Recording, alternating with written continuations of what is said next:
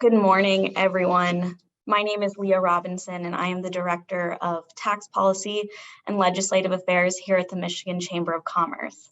Thank you for joining us today for our first Diversity, Equity, and Inclusion event of 2022. We are so excited about the program that we have lined up for you today and the experts that have agreed to join us. We hope you will make this session interactive by submitting your questions for our panelists in the chat box. This event seeks to help you develop, manage, and support DEI strategies to build a stronger team, create a more engaged workforce, and learn what the state's top diversity, equity, and inclusion officers are doing within their organizations. There is so much value in bringing a global work community. Before we get started, I'd like to take a moment to recognize our sponsors. This program would not be possible without their generosity.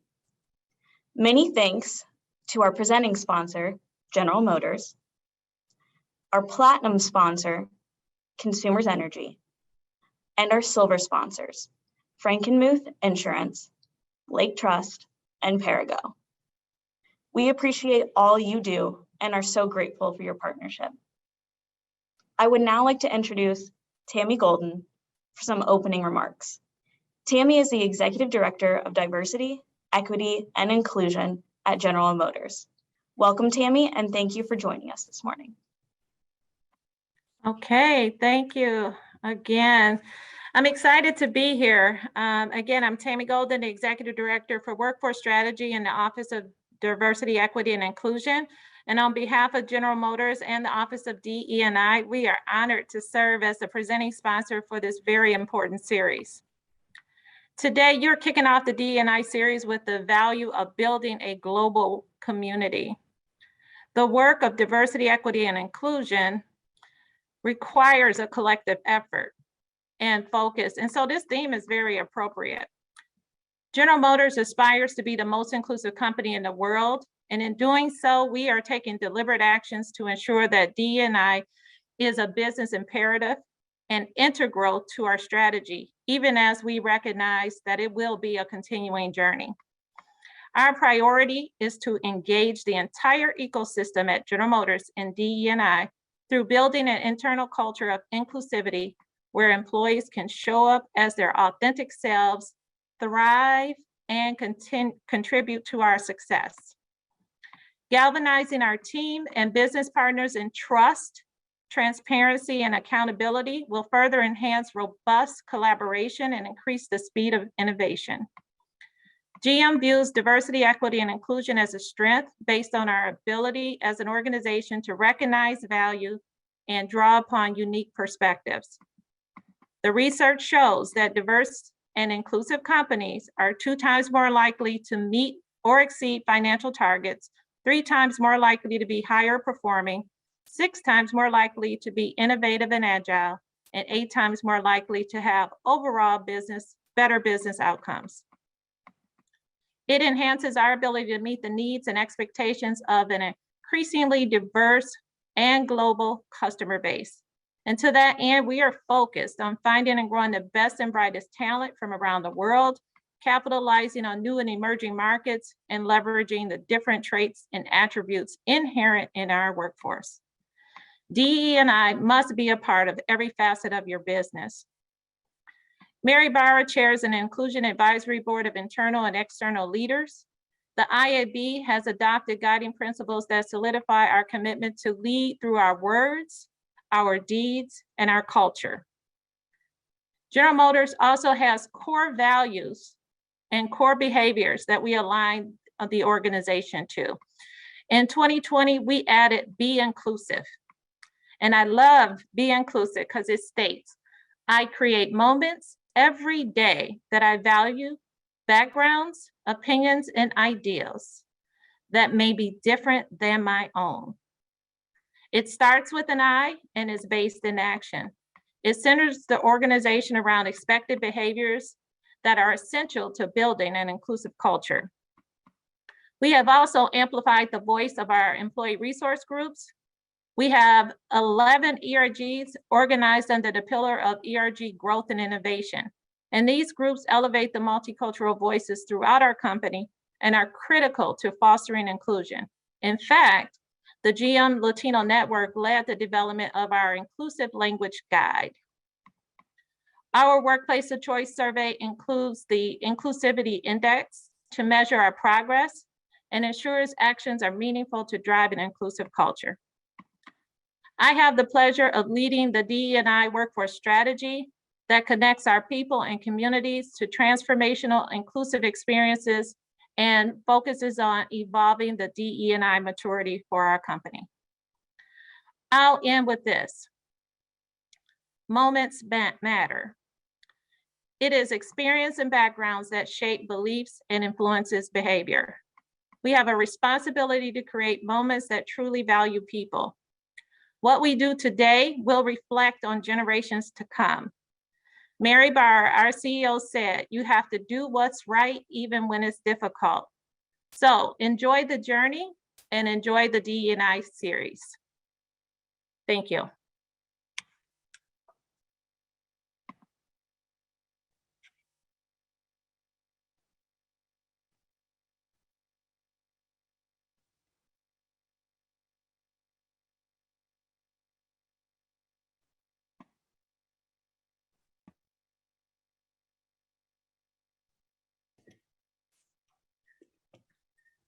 Hello, everyone. I'm Colleen Miller, and I lead Global Diversity and Inclusion for Perigo, and I'm pleased to be serving as the moderator of our conversation today.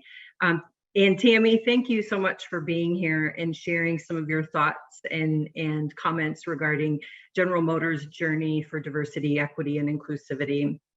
I am here on behalf of one of our sponsors, Perigo.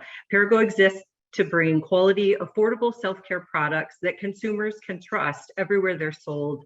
Perigo's North American headquarters is under construction now in Grand Rapids, and half of our global workforce resides in Southwest Michigan, and we're really proud of that.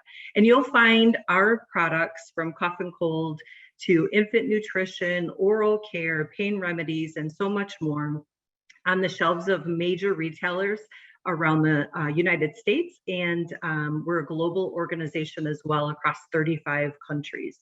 You can learn more about this highly inclusive organization at perigo.com.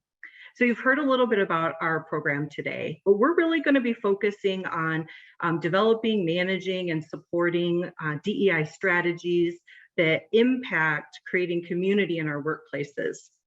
And I'm really excited to have such a fantastic lineup with us today.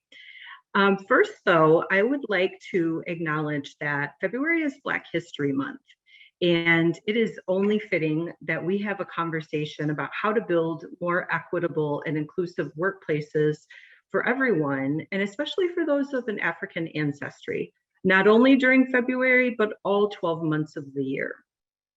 I also want to acknowledge that we come to the conversation today all on our own individual journeys of understanding and fully appreciating topics associated with DEI.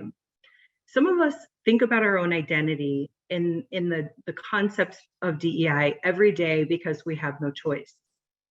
On the other end of the spectrum, some of us may have even rarely considered our own identity. Wherever you fall on this continuum, we're glad you're here today, taking one step forward with us together. As you heard, I want to remind you the chat is open and active. We encourage you to use that. We will have time for questions at the end, so please post your questions in the chat.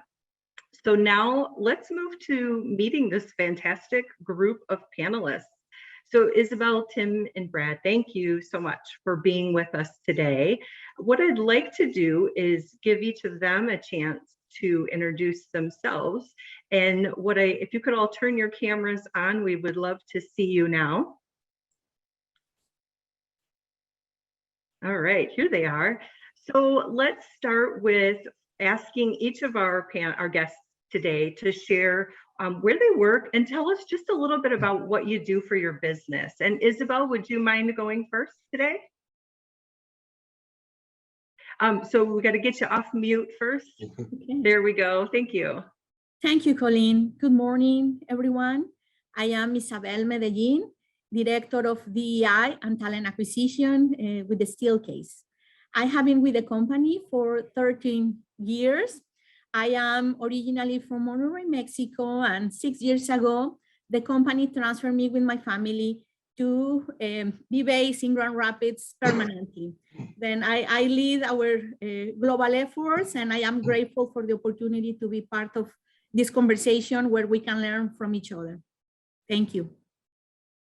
Thank you. And thanks for walking us through that. How about you, Brad? Sure. So good morning, everyone. It's such a pleasure to be here with everyone. So my name is Brad Mathis. I'm our Vice President for Community Development and Inclusion here at Rockford Construction. And Rockford Construction is based out of Grand Rapids, Michigan, but we also have offices in both Detroit and in the Florida region as well. We employ about 325 folks. And so in my role as a community development and inclusion, we think of community not only in terms of our internal community and what that looks like as it relates to diversity and inclusion, but also community on a broader perspective in terms of both obviously the general community at large, but also our community of suppliers and our community of trade contractors or subcontractors that we work with. So, really looking at how do we lead and how do we facilitate all those efforts. So thank you. Yeah, thank you, Brad. All right, Tim, welcome. Thank you. Pleasure to be here. My name is Tim Williams. I'm the Vice President for Diversity and Inclusion here at Meijer, 250 plus store chain of supercenters and market formats and soon to be grocery stores throughout the Midwest and 6 states. I'm responsible for strategy and thought leadership around diversity, equity, and inclusion at Meijer. We have always said at Meijer, we have been in the diversity business from inception because our values are rooted in family and treating everyone with dignity and respect, and also safety and health. So it's part of our DNA. It's not just what we do, but how we show up as an organization. And my work has really been around moving from a more tactical approach over the last probably 2 decades or so, and now becoming really strategic and focused on understanding the why behind what we do and using this as an accelerator for our business and treating it as a business imperative. Thank you, Tim. And we love your background. So a little tip I learned is that Tim took that photo background himself. So he also has perhaps some pretty good photography skills. So all right. Well, thank you all. Let's first of all bring the terms to life. So when we hear diversity, equity, and inclusion all the time, and so we all have in our minds what we think that is. So as an expert panel with so much experience, would love to have this group define diversity, equity, and inclusion for our audience. And Tim, can we keep rolling with you? And feel free to talk about all 3, or if you want to talk about one, it's up to you. Yeah, I mean, I want to give everybody an opportunity to share their voice today. I'll just pick diversity. For us, we define diversity very broadly. It is the characteristics, traits, experiences that we all bring to the table that make us different. So often in this work, and even outside of this work, when people talk about diversity, what they want to talk about is what I call above the iceberg topics. So, what is your race and ethnicity, and what is your gender? What is it that I see when you walk into a room that defines you? And it's so much more than that. There are so many levels to it. There's personal diversity, there's social diversity, there's organizational diversity. So everyone in this country, everyone on this call, everyone participating here is diverse in their own way. And part of our job, I think, is helping people to understand it, what that means, why it's important, what the value of it is, and why you need to be comfortable bringing it into your workspace. And the organization needs to be comfortable figuring out how to leverage it. Yeah, thank you, Tim. I think about diversity also as just the facts. It's the facts of who we are. And I love the iceberg analogy that you just brought in. I often talk about that at Perigo, and I share with groups that only about 30% of our identity is above the iceberg. We let people in, and there's a whole lot more to us underneath. And when So we're talking about community today. When we don't engage in community with others and let them see us, know us, and experience us, they make a lot of assumptions about who we are and our identity. So thank you for that, bringing the iceberg analogy to life. So Isabel, would you like to go next?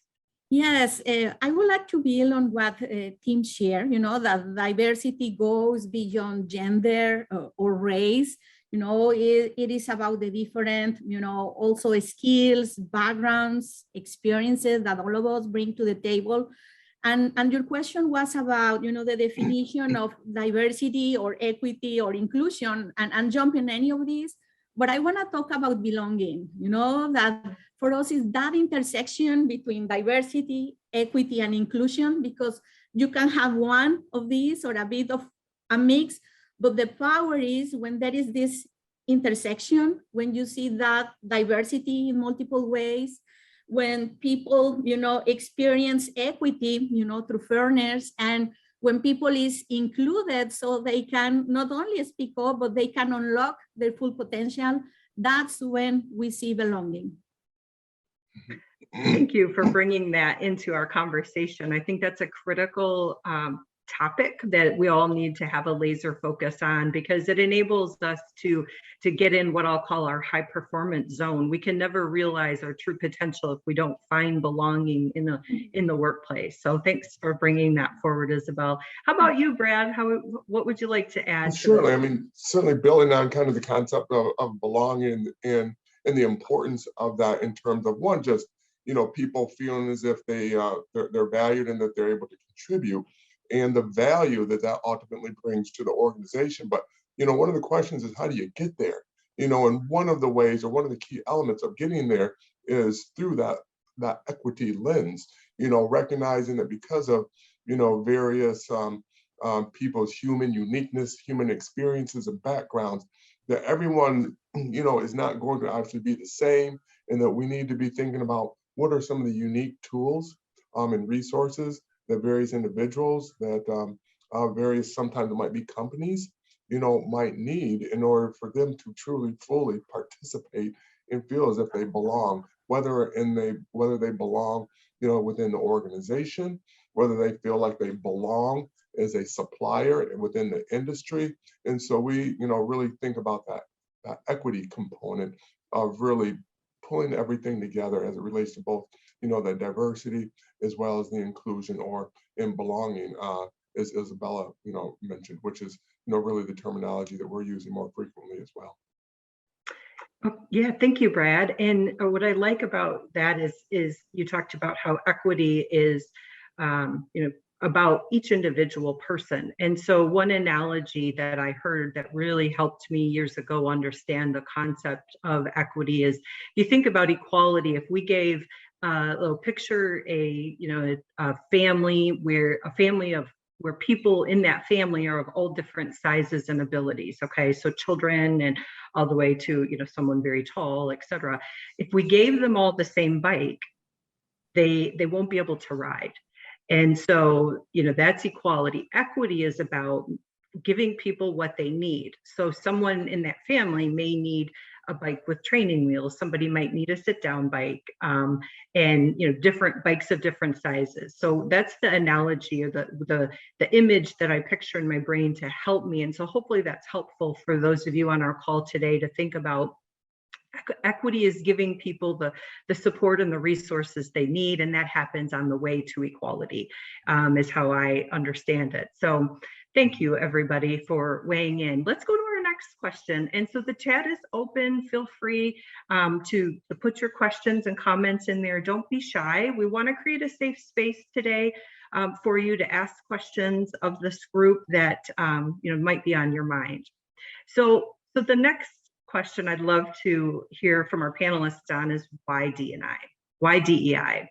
So companies, it wasn't that many years ago, companies really wondered, should we focus on DEI? How much? Should they even have people in positions like those of us on the call today hold?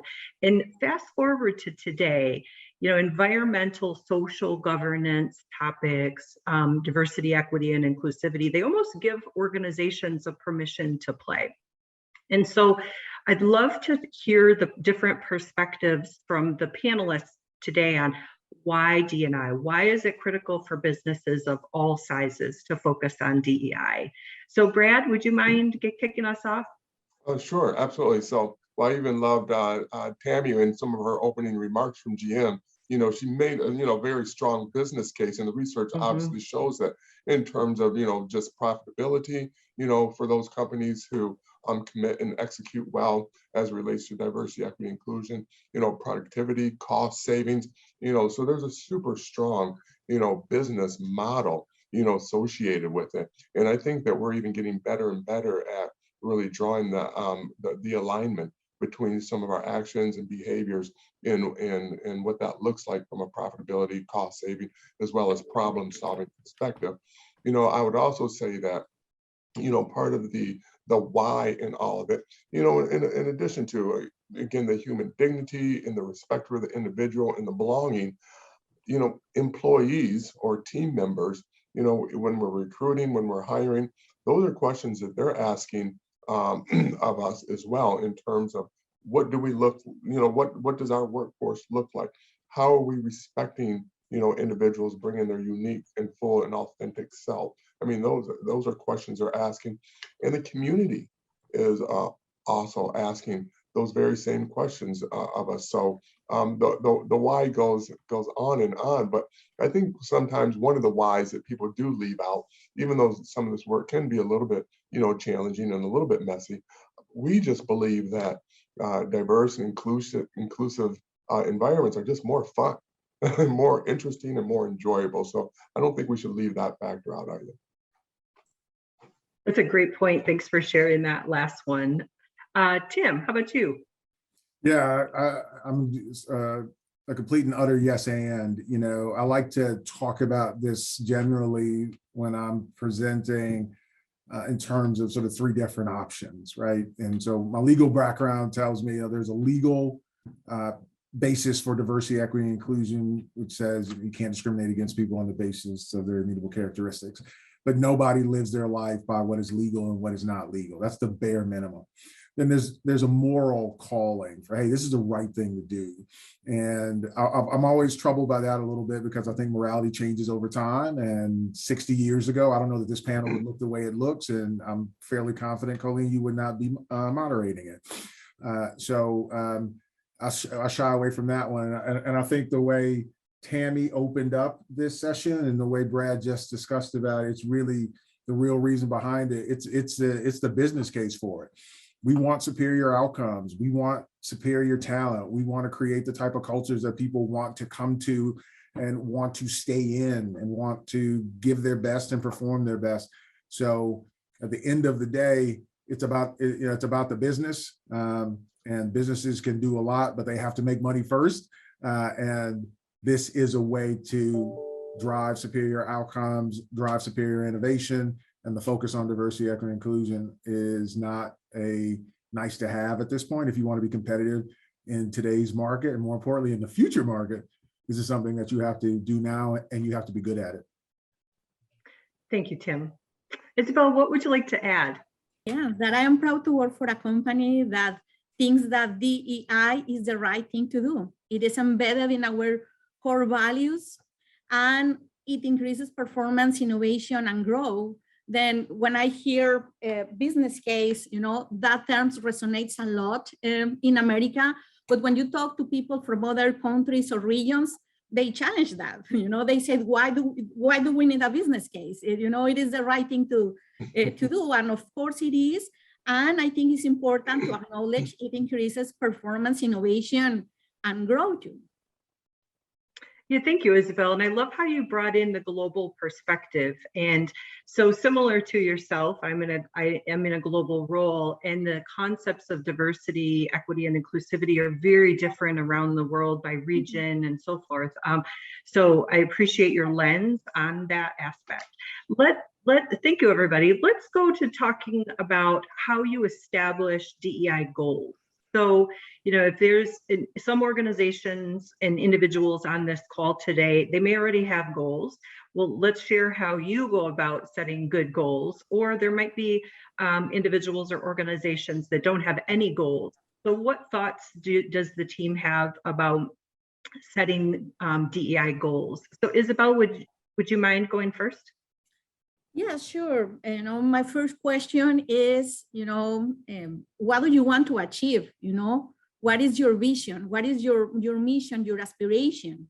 And then you can identify your goals, and the next level will be, what are those key initiatives that will help you to advance those goals, and what are some of the measures of success? Then each company context is unique and depends on what do you want to accomplish. You can identify that 3-layer of visions, goals, initiatives, and progress metrics.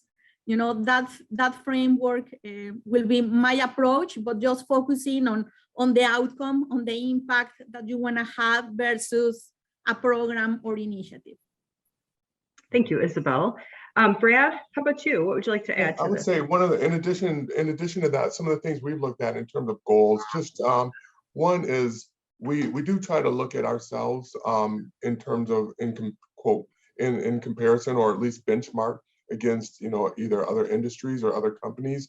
One, because as we try to formulate goals, that helps us better understand what are maybe some things that we're missing or some things that we're not doing that maybe we need to think about, perhaps how that might help be a goal to help us achieve some of our other aspects of our business. So that's one thing in addition to what Isabel said that we think about as it relates to goals. And then the other thing we do in terms of goals is, we certainly do have identified metrics that we're trying to reach, but also we really are looking at continuous improvement, as opposed to always looking at a standard or stagnant number. And so that's just kind of one of the other things that we always keep in mind is around the process improvement.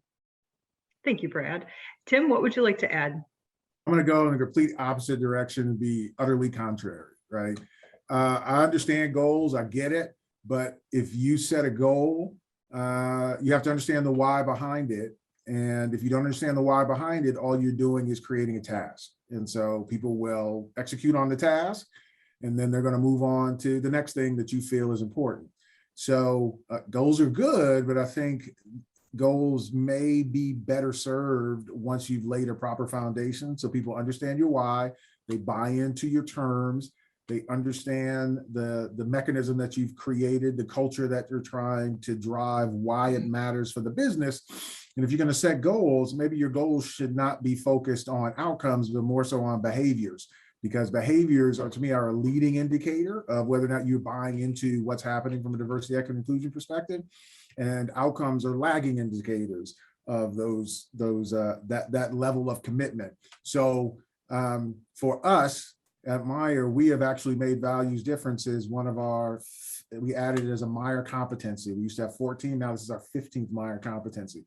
And it took us a couple of years to get that validated, to get buy-in to it, to get our leaders to understand what it meant and why it was important. Once we have it as a competency, then we can start cascading those goals for our leaders and focusing on behaviors and actions and not so much on outcomes, because we are very good executors, very good operators. And if you give us a list of 15 things to do, we're going to do 15 and come in the next day and say, what's my next list of 15, right? And that's not what we're trying to create. We're trying to get people to understand the why behind what we're doing, so that if I give you a list of 15 things, as you do those 15 things, you think about what role does diversity, equity, and inclusion play in it, and how can I accelerate what I'm doing by leveraging them. Thank you, Tim, for bringing a little different perspective to the conversation. And, I think we've heard two examples of competencies in building DEI into an organization's competency model. And Tammy talked about be inclusive, and now Tim, you're sharing as well the actions at Meyer. So in addition to having maybe a competency or some values based in DEI, let's talk about human behaviors. So Tim, you've talked about that. So what are some human behaviors that we might see demonstrated in a highly equitable and inclusive workplace? Like, how can people see equity and inclusivity in action in terms of, simple behaviors? What comes to mind? Isabel? Well, I would like to talk about the relevance of our leadership pillars, not only the core values and the behaviors associated to it, but having clear leadership pillars. And I can mention a couple of them that are related to DEI. One is building strong teams. It is essential we bring diverse perspectives. Another of our leadership pillars is uniting purpose. It is essential, we practice empathy listening, just to mention that as an example. So, we can connect with people and influence that belonging to. Then at the end of the day is having clear, core values, and in our case, very solid leadership pillars. Thanks, Isabel. Brad, how about you? What thoughts come to mind? Yeah, I mean, some of the thoughts that come to mind and some of the practices that we essentially have tried to really incorporate. One is not necessarily making assumptions about individuals or situations, being very intentional about both asking questions, and not only asking questions, but more importantly, listening and acknowledging that that people are being heard and that people are being valued. And so those are some of the behaviors.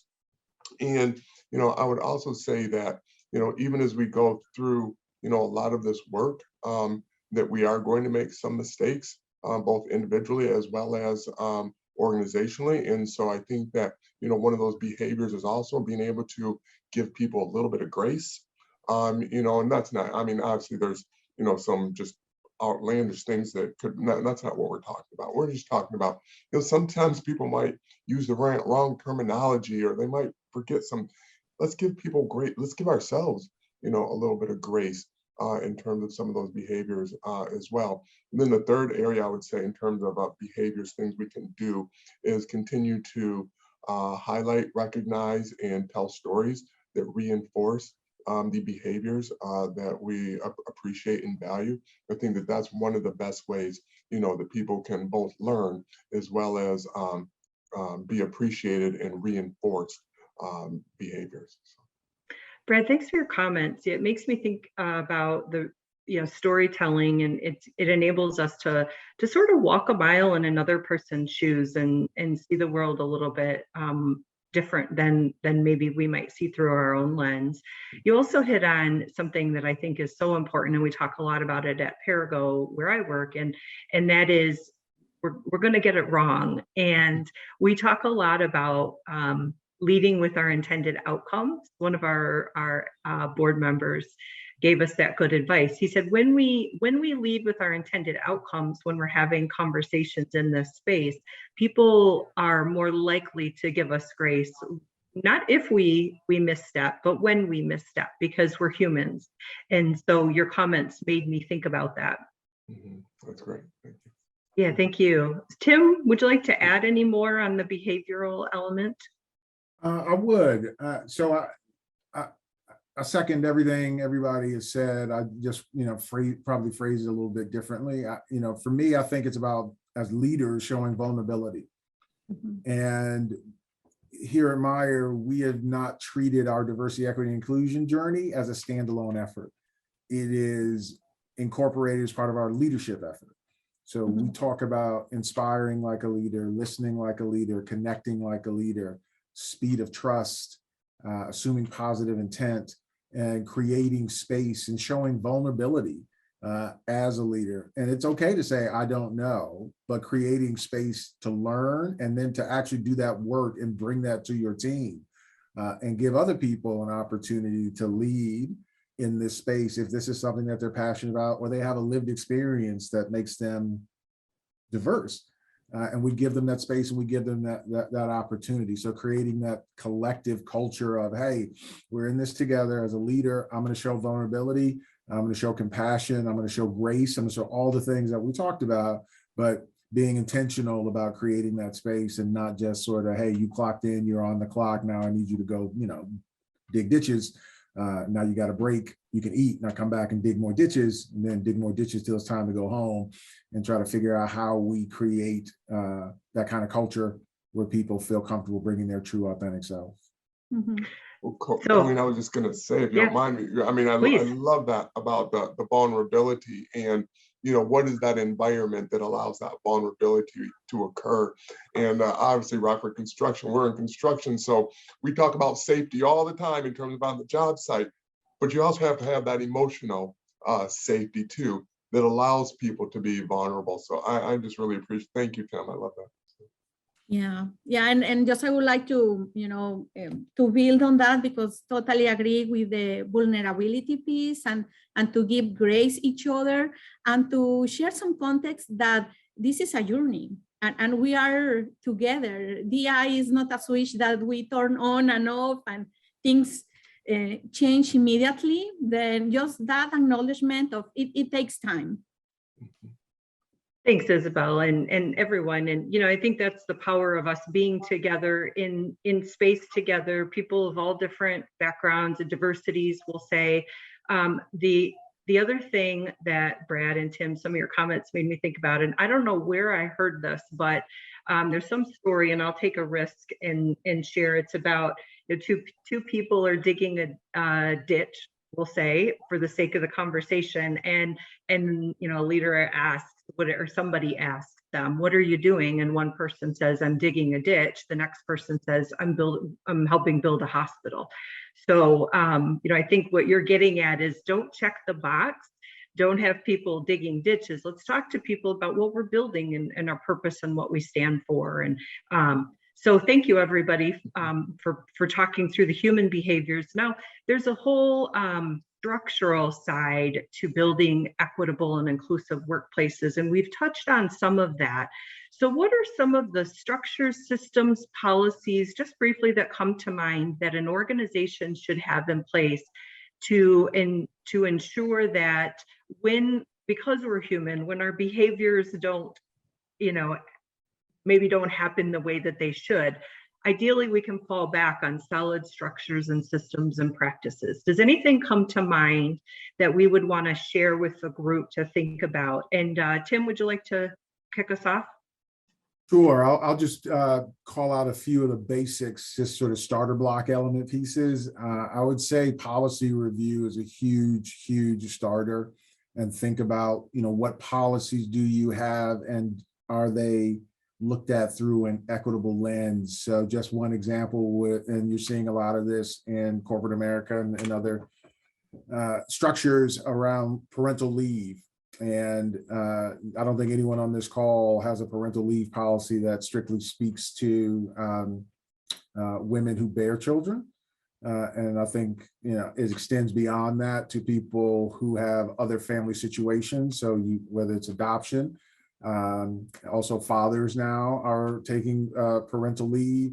And so looking at your policies in a way to sort of ask the question, if I look at my population and I look at who's impacted, are my policies being looked at through an equitable lens, I think is a great start. Obviously anti-discrimination, harassment, those sort of things. But I think the policy review is number one, and I love the parental leave piece, number one. And I would say the second one is pay equity, which is like a very uncomfortable conversation for some people sometimes. But I'm a huge fan of hip hop and rap, and Jay-Z's got a great line. He says, "Men lie, women lie, numbers don't." But you got to get into your data, understand your numbers, and then be prepared to sort of ask, really hard questions about why it is what it is. And are we prepared to do what we have to do to make sure that this is not a sustaining approach to how we treat our female leaders in our organization? Okay, thank you. Brad? Sure. So one of the areas I would maybe just like to call out that maybe sometimes people might underestimate is, what is your system and what is your structure related to communications? Both internal communication and external communication. I think we've heard people mention about the why. Why is this important? I mean, if you don't have your infrastructure for communication, being able to answer the why, being able to do it consistently, I think that you can get a little turned around, in this space relatively easily. And then you're using a whole nother different source of communication skills, to try and navigate your way through that.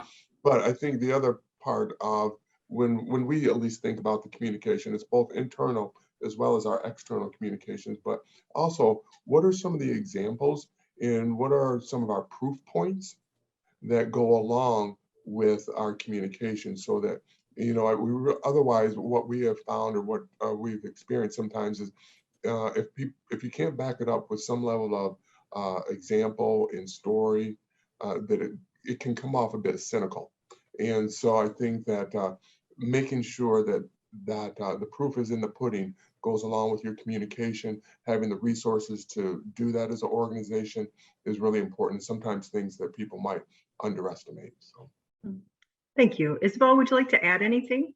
Yes, I like that Tim touched on some policies as well as broadening the communication pitch, which is super important. You know, my perspective is, you know, how each one of us can apply equity through the different stages of talent management, you know, from attraction, you know, development, retention of people, you know, and what science said to mitigate bias in any of this process. Just to pick an example, some time ago, we partnered with the High Reach organization, you know, implementing our evidence-based selection process. Then with this, we are looking to mitigate bias in hiring, as well as provide transparency and equal opportunities and focus on data and skills-based competencies to improve decision-making. Then policies, super important, also look at your process. Mm-hmm. Great, thank you. So many good examples. One Yes. other quick thing to add, just because it was mentioned a little bit earlier in one of the questions, but I know both Myers and Steelcase, and we don't have as many, but some of the employee resource groups, you know, that can also be a beneficial type of quote structure the organizations are putting in place. And we have 3 of them, so we don't have necessarily as many as what some organizations have, but I still think it's going to be a really useful way to help facilitate the DEI efforts. So. Mm-hmm. All right, thank you all. So let's have one more question for the panelists, and then we've got a lot coming into the chat that I'd like to give us a chance to talk about. So the last thing that I think it's critical for us to touch on as a group is allyship. So could you share what does serving as an ally mean for you, and how can individuals develop or grow as allies? So how about Tim, would you like to go first? Yeah, I love that. So I love the allyship question. I think it's one of those questions that people often think about in a single factor way. Like allies are only those who support us, right? And it's sort of like preaching to the choir, right? I don't know that I need to convert the folks who are singing with me on Sunday morning. I need to focus on the people that are out there sitting in the pews. And so I think allyship can also be those people who are vulnerable enough to admit, I don't know the answers. I don't understand this, and I want to learn. And those are the allies that I think are the best allies, because they have the room, the capacity, and the willingness and the interest to challenge their perceptions, their biases, and they want to try to understand. So I think, and talk about allyship in both ways and try to focus on both of those communities, those who understand us, who buy into the struggle, who respect the experience, but also those who have questions and maybe are on the fence, or clearly in the opposite direction, but at least are interested in listening, learning, and then figuring out how they bring that to how they lead as leaders in the organization. Tim, I love what you just said, and it makes me think about everybody on this call today is on an allyship journey, whether they realize it or not. And you know, I didn't know I was on this journey for years. And actually, when I had the opportunity to lead DEI at Parago, I did the, "Are you talking to me?" And I came home and I remember telling my husband, and he said, "Oh, I saw that coming all along." And I thought, well, how come no one told me? So sometimes we might not realize that we're on the journey. So if you're here today, you're on the journey. So Brad or Isabel, would you like to add anything to what Tim has shared? Yeah, just I would like to, to build more on the importance of anyone can be an ally. You don't need to be an expert or have a super powerful voice. It's about just having the desire and the commitment to grow and learn together and speak up and help others to advance. And as we think about allyship, we think also in DI champions. Then in the organization, we have, of course, our business inclusions groups or employee resource groups across the globe that are committed to a specific topics such as gender equity network or pride or others. And we have a group of DI champions that is volunteers that wants to learn more and keep the conversation moving. Then, anyone can be an ally, anyone can be a champion, just, have the willingness to learn from each other and speak up. Thank you. All right, Brad, do you want to add anything Yeah, just before real we quickly, go? because I know you Yeah. need to get to some questions. The only thing I would add to that is just, recognizing that the allyship is that two-way street. And sometimes we think of, I'm an ally or and I'm helping them or they're, we're all helping each other. And so even as we are sharing, we're also receiving. And I think if you approach allyship, with that type of mentality, it really allows, the relationship and the effectiveness to ultimately grow. Thank you. Okay, we really appreciate all of your comments so far. So in terms of some of the questions, one of the things that has come in is how to build a diverse pipeline. So I'd like to hit a few questions. So does anyone from the panel want to address the question about any effective strategies or approaches you would recommend to build a diverse pipeline of talent? So who would like to take that? Mm-hmm. I'll take that. Oh, please go, Tim. You sure? Okay. So two things. To me, it's sort of like farming, right? How do you grow corn? First of all, you got to make sure you have a good soil, access to water, fertilizer, etc. So you can talk about a pipeline, but if you don't have the type of environment that's going to make people stay, you're creating a pipeline with a turnstile in it at the bottom. So they'll come in, but they won't stay. So you got to make sure you have the kind of culture that this diverse talent that you want to have wants to be a part of, number one. Number two, in terms of creating that pipeline, you have to make it important for the organization and important for the leaders. So if they understand the why, they understand the buy-in. There are a number of tools out there that we all use on a daily basis, from social media to chamber groups, et cetera. And I always ask leaders when I was practicing law and supporting HR function, you can look at your team right now and tell me who you think is going to be there in the next 6 months and who you think will not be. The question you have to ask yourself is, where is that replacement coming from? And if diversity important is something that you value, what does your pipeline look like in and of itself personally to try to bring in talent yourself? Not just pointing to HR and talent acquisition saying, go find me X. What are you doing personally to develop those relationships over time? And just real quickly, it took me 5 years to move to West Michigan. I met somebody here. I knew about Meyer. I went to school in Ann Arbor. I spent a lot of money in these stores, but I knew the general counsel for a couple of years, and we talked about different things over time before I eventually came. And that is the same story for a lot of people, particularly diverse talent. So you need to be working on what that pipeline looks like today to fill something that may be 2 or 3 years down the road. Thank you, Tim. I'm learning from all of you as well. So thank you for your comments today. Advice that the group would have for an organization that might be mute on this topic. So who would like to take this? So I'm happy to take that. I mean, thank you. For an organization that might be, quote, new to it. I'm sorry, could I interrupt? Mute. So instead of new, they're quiet. They're not doing anything. I apologize. I'm sorry. Okay. So I think, really going back to the mute question, really, I believe goes back to helping to reinforce, the why associated with it, in terms of both their growth, as an organization, their abilities to recruit, and their abilities to be really ultimately successful in this changing world, evolving world. And that's whether you're located in the West Michigan or whether you're located in Texas, you name it.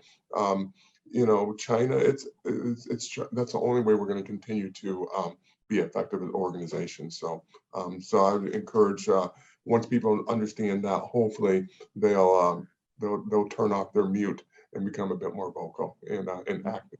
So. Thanks for pivoting so quickly on that one, Brad. I threw you a curveball and you caught it. So, how can we affect DEI when we're a small organization and working with other small businesses? Mhm. Thoughts on this? Yeah, I think that is connected to this. What is the why of the organization? Even that is a small organization that maybe doesn't have the resources to staff someone to work on DI full time, is more about the why of this. And DI is not a person, it's not a team. My suggestion will be reflect how you can embed all the things that we have been discussing today in your day-to-day. Thank you, Isabel. So another one would be, are there any DEI programs that you would recommend? So certificates or programs that might be fantastic for anyone.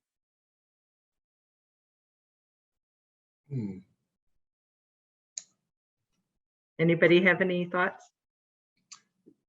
Well, I think when we say program, I think there's a couple different ways of looking at it. If you're, quote, the DEI, leader, so to speak, or facilitator for the organization, there are different, programs, whether it's through Cornell University, Howard University has one. So there's ways in which you can, kind of continue to build on your individual skills and abilities. Obviously some organizations, might use external, consultants, to help, further inform their DEI efforts in that journey. And then I think that some of the other ways or organizations to participate is just in some of your whatever industry you might be in. There's oftentimes some industry based entities or organizations that also gather collectively. So regardless of what part of the country you're in or world, there's usually some of those efforts occurring. Thank you, Brad. So another question would be, what advice would you give an individual contributor that wants to keep the conversation going within their team? So let's assume they don't have, a lot of structure and competency, right? Just come at it from how can an individual contributor keep the conversation going? Anyone want to talk about that? Yeah. Isabel, I think that it can happen in multiple ways, For example, this individual contributor can talk to the leader and say, hey, can we have some of these conversations as team, or connect with HR, or maybe not the leader and not HR, and just among colleagues, let's read an article, let's watch a video together and discuss it. Then the first step is creating awareness, and there are a ton of things that can be done, from a grassroots perspective. Thanks, Isabel. All right, next one. How can we or should we approach leadership when they're developing policies that can or will negatively affect the organization DEI? Any thoughts here? I'll weigh in on that one. I just want to probably approach it a little bit more broadly. I think the more broad question is, how are you able to leverage your voice within your organization?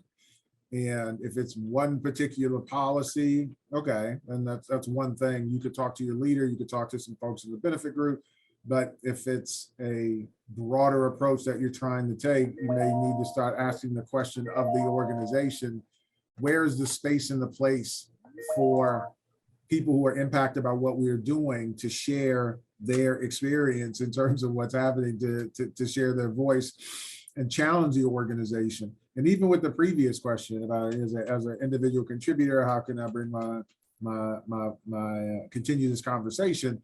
You have to be in an organization that is truly willing and open to have it. And if I hate to say it, but if that's not the right organization, you need to ask yourself some questions about, is this the right place for me in the short term and more importantly, probably in the long term. But it's really about using your voice and having avenues in place to take advantage of that. Because if you can do that, it goes to what Isabel talked about earlier, right? That belonging piece and how can you be impactful? So that would be my advice. Thank you, Tim. Okay, so we're going to have one last question, and I want to just say thank you to everybody out there for sending in so many great questions. The last one, we have 2 minutes before we move to closing, would be, are there any particular books or articles that you think are really critical for leadership in particular to read, review, discuss? So is there one or two that each of you would like to share?